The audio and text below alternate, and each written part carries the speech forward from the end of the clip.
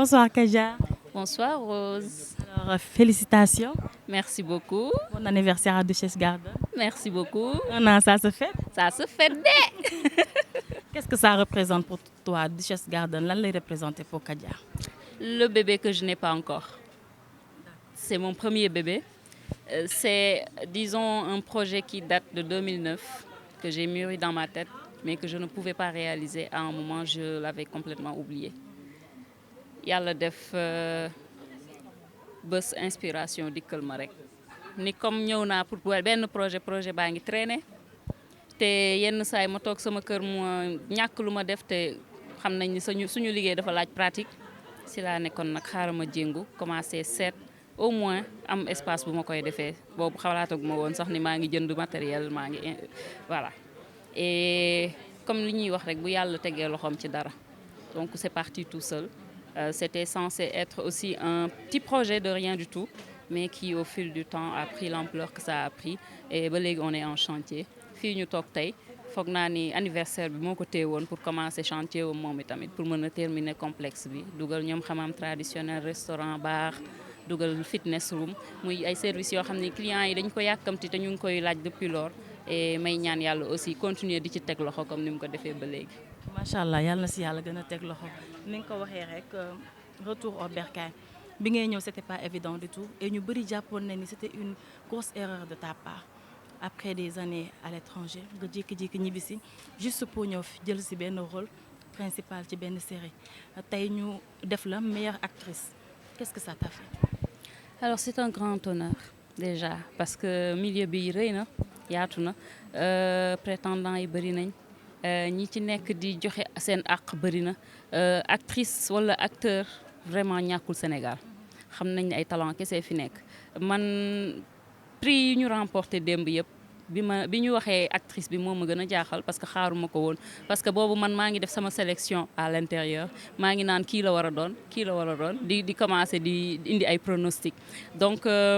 bi ñu nee sama tour sax déjà dama toog tuuti doog a ticket que ni woo nañ ma en fait sur scène. Après si la ne bon comme li may wax rek bi ma xamee ni yàlla mu ngi toujours sama wet ba léegi dafa mel ni léppay baax donc ñu am positivité dafa baax trop ci àdduna et dafa ma yokk sagesse benn instant quand j'ai compris que il suffit juste nga wax ak moom il suffit juste nga wan ko sa bopp il suffit aussi nga wan ko li nga bëgg laaj ko li nga bëgg parce que yàlla kenn du wax ak moom di jaar ci ay wiiri da ngay wax direct wax ko li nga bëgg ak nu mu toll. En tant qu'actrice principale ci biir série Dérapage démb ngeen gagné 5 Ndombal Tànk donc ma jàpp ne encore sas bu rëy la boo xamante ni les Sénégalais defaat nañ ko lan ngeen ni ban moo ay lancé déjà ñi nga xamante ni boobu ba tey ñoo leen di suivre parce que defe naa ñoom tamit sans ñoom mënoo leen dem parce que c'est bien ngay def dara nit yi di ko bëgg. waaw xanaa dinaan suñu équipe ñun waa Dérapage suñu équipe technique suñu équipe des acteurs ñu gën a góorgóorlu. parce que waaw sas la ba ñu defee première saison maa ngi fàttaliku bi may doog a ñëw am na ñu doon naan mais kii fu mu toj bañ koy def actrice principale et tey yàlla indi ma ba fii dama naan rek macha allah te di wax alhamdulilah di remercier yàlla bu baax di remercier Abdoulahat qui a cru en moi di remercier toute l'équipe qui est autour de nous parce que vraiment neex nañoo nekkal comprendre nañu suñuy stress comprendre nañ suñuy peur et ñu ngi ñuy jàppale bu baax ba njëkk si fii muy costumière muy maquilleuse muy bépp technicien muy chef opérateur muy assistant yi muy régisseur yi ñoom ñi nekk foofu yëpp ku lim juum vraiment ils nous ont aidés parce que booy seet dafa bëri novice dans Dérapage waaw bëri na novice lool man série du sama affaire musul woon nekk sama affaire moi j'ai fait des longs métrages j'ai fait des courts métrages ku ma mësaan woo série ma ne ko bëgguma et donc Dérapage m'a fait aimer les séries et mënatuma toog sax di rater ce qui se passe dans les autres productions je suis tout ce qui se passe j'essaie de faire la veille parce que je me dis tout simplement que Sénégal mu ngi wane boppam dans ce milieu-là et que ñun actrices yi ñun techniciens yi nekk ñoo mën a jàppale justement ce mouvement-là du cinéma pour mu jëm ci kanam. Kaja elle ne défile plus mais tey dañoo gis à travers l'anniversaire de Duchesse Garden dafa mettre en avant li nga xamante ni mooy mode tey gis nañ défilé yi fi am gis nañ tamit créateurs yi nga xam ne jox ngeen leen opportunité ñu exposer tout au long trajet bi ci suuf ba ci kaw lan la sa histoire en mode. delloo buum ca ngooy ba. c'est reconnaissant. Voilà le défilé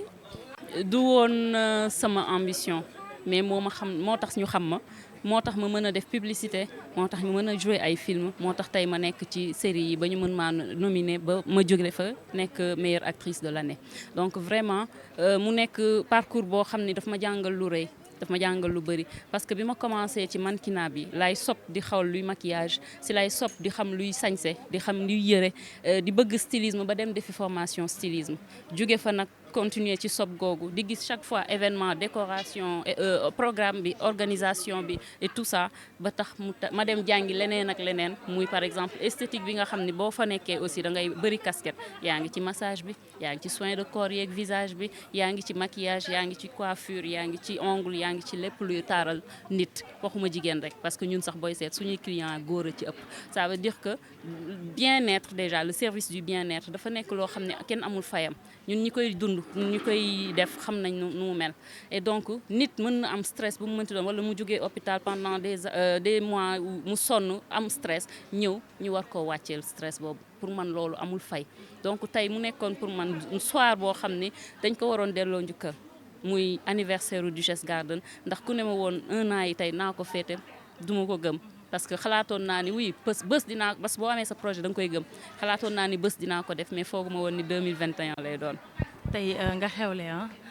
te boo xewlee rek nit yi wuy si la mais ñu fekk fi ay acteurs yoo xamante ne yéen a bokk label ku mel ni Raissa Aji Fatou ak ñeneen ak ñeneen lan mooy sa relation ak acteurs yi nga xamante ni yéen a bokk série Dérapage. waaw waa Dérapage dañoo neex a nekkal parce que xamante wuñu woon balay Dérapage moo ñu boole mais ñu jóge fa am vraiment des relations yoo xam ni tey jii bi may organiser du anniversaire bi képp ku ma ci woo da nga ñëw wuyu si Amina mi yore costume yi rek dama ko ne Amina mu ne ma ne ko Teranga Movies Awards yi dama ko fàtte woon te Fatou Jupiter chaque jour dama koy gis mu nekk koo xam ne dama koo bëgg dama koo respecté dama ko naw ci li muy def mu ne ma waaw ma ne ko donc su wootee dañ ko war a wuyu waa Dérapage amuñu woon jot parce que ñu ngi nekk di tourner nii en même temps ma wax ñu ne amuñu jot duñu dem ma dóorante wax li ma ci war a wax ba ñu fekkee ko et heureusement parce que finalement nag ils ont remporté le palme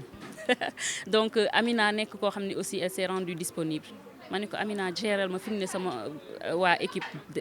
Duchesse pour anniversaire bi parce que avec Teranga Movies Award et tout ça peut-être dina am moment yoo xam ne du ma ko mën mu ne ma waaw elle a géré tout ce qui est par exemple bijoux pour ses filles waxatuma soirée boobu ma ne Amina lu may sol Teranga Movies Award. parce que faut rappeler que dañ leen exiger woon tenue traditionnelle.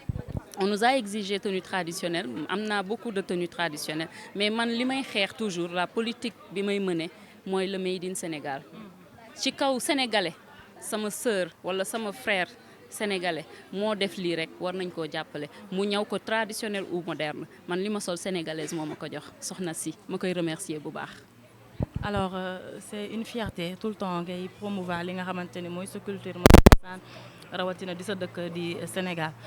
on est tout ça Keldia gis nañ acteurs yi fi teew yëpp du ma n'importe qui moo fi ñëw parce que tey acteurs yi teew nañ fi d'accord. mais les meilleurs parmi les meilleurs ont été présents et defe naa ku bàyyi ay item ñëw wuy si la rek c'est parce que am na fu mu la teg lan la def tey bi nga tourné gis tout ce beau monde ñëw wuy si la rawatina ni ma la ko waxee rek ñi nga xamante ne jamono bi say nawle lañu ci liggéey bi mais ils sont au top aussi. Ça m'a fait chaud au cœur parce que tout simplement milieu bi dañ ko bokk mais dara ñaawul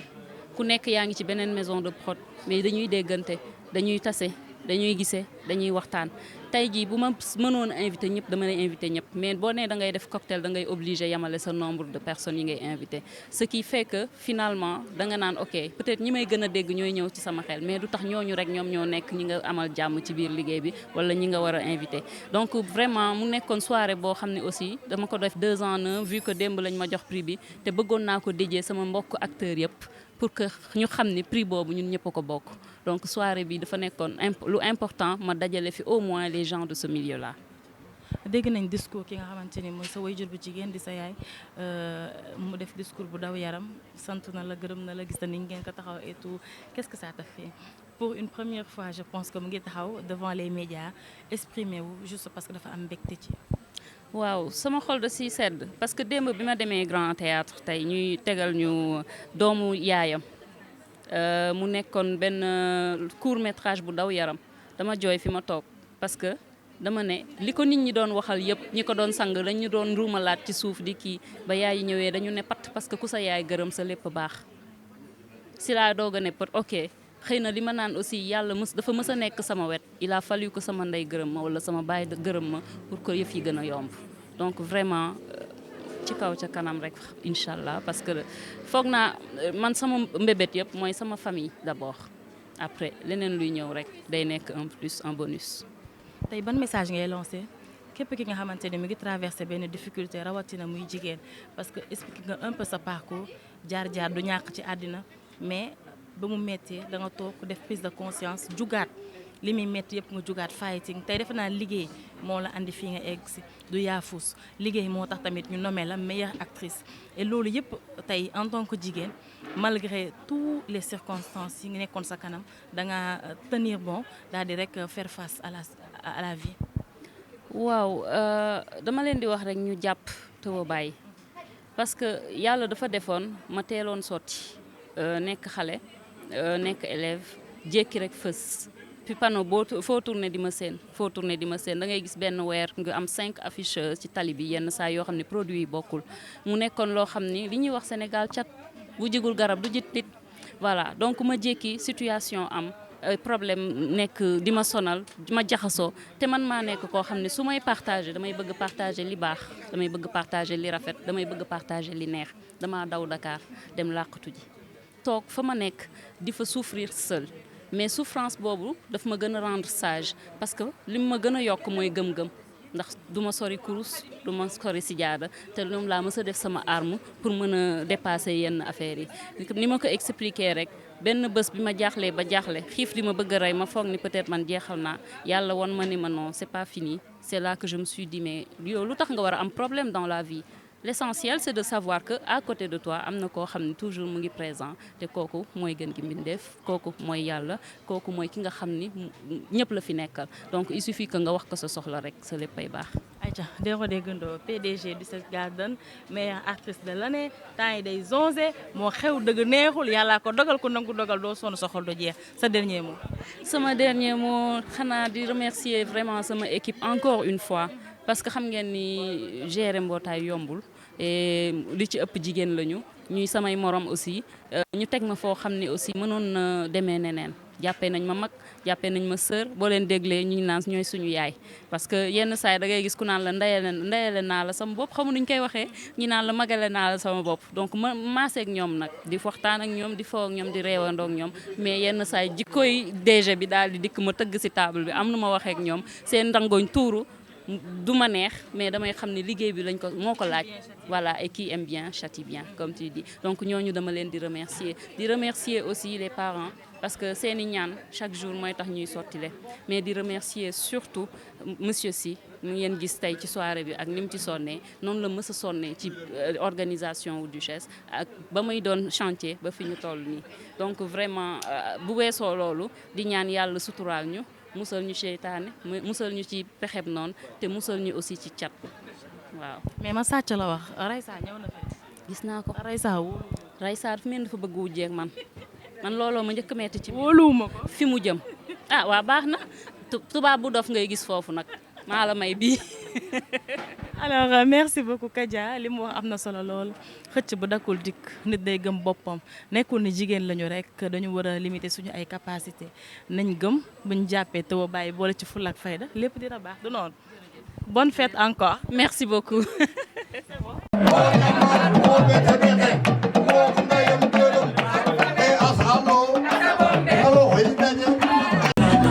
dama leen bëggoon dédié yéen ñi tax tey soirée bi mën a nekk 2 anniversaires xaw ma benn anniversaire ak fête di remercier leen et je vous dédie ça ak ñi nekk ci fête yëpp ñoo ko bokk. mention spéciale à ma styliste Amina ma costumière moo solal hôtesse les bijoux mesalal gis naa brunch yi ñuy door temps yi yëpp pour bañ ñu miir bañ ñu xiif bañ ñu daanu merci beaucoup Ziggy gis naa effort bi xam naa ni jot amul mais fexe nga nekk Fatou Jupit heure bi waroon na fekk nga xiif mais Fatou yow